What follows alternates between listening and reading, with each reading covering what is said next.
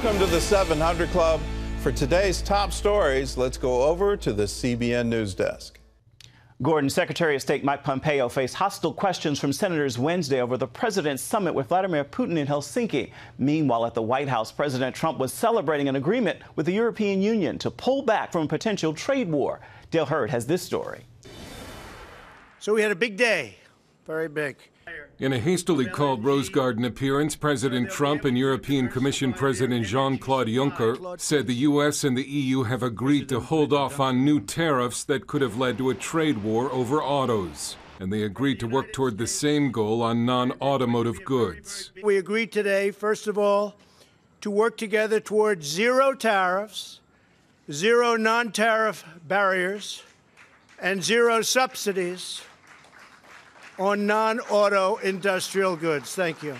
We will also work to reduce barriers and increase trade in services, chemicals, pharmaceuticals, medical products, as well as soybeans. Soybeans is a big deal.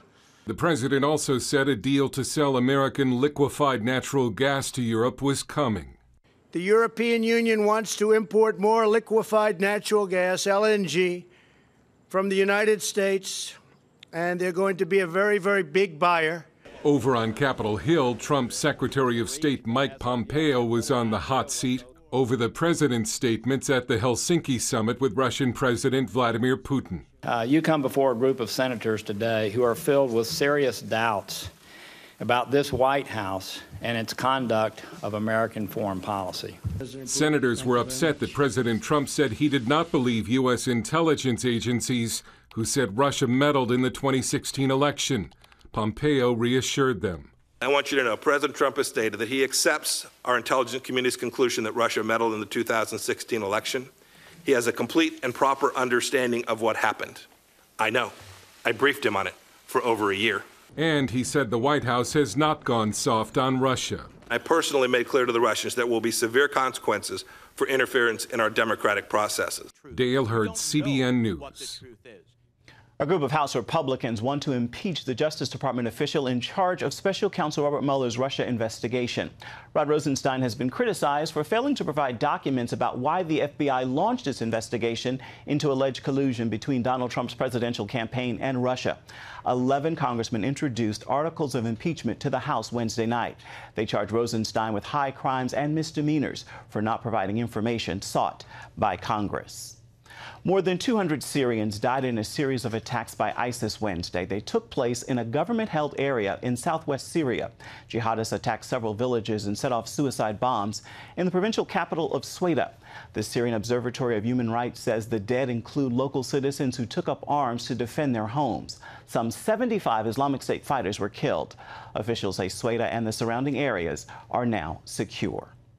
Hundreds of Jewish immigrants landed at Israel's Ben Gurion Airport this week to a joyous welcome by Jewish and Christian leaders. As John Wage reports, they're hoping to fulfill biblical prophecy. In Hebrew, it's called Aliyah, or going up to the land of Israel. And these immigrants are joining thousands of other Israelis who have made Aliyah in the 70 years since Israel became a modern nation. Both outgoing Jewish Agency Chairman Natan Sharansky and the new chairman, Isaac Herzog, were on hand to greet them. Nearly 200 of these brand new, soon-to-be Israelis are from France, and many of them are children. France is just one of a number of countries in Europe and throughout the globe where the danger to Jews is growing. It's very concerning what's happening in Western Europe, also in other parts of the world where you can see anti-Semitism rising its ugly head, whether it's in the form of anti-Semitism or anti-Israel sentiments, which are basically just masking anti-Semitism. Moore says the Jewish Agency has kept a promise since Israel became a nation 70 years ago. Never again will there be a Jewish person who is in danger, who is full of hope, who wants to come to Israel, but the doors are closed. Thierry Haddad, a pianist, says radical Muslim anti-Jewish violence was a factor in his move. It's more and more true. Also, the politics try to protect, but it's difficult. Christian leaders also played a role in the welcome ceremony. They've been helping Jewish immigrants get to Israel for decades. Why? It says in the scriptures that God will bring his people back from the north, the south, the east, and the west.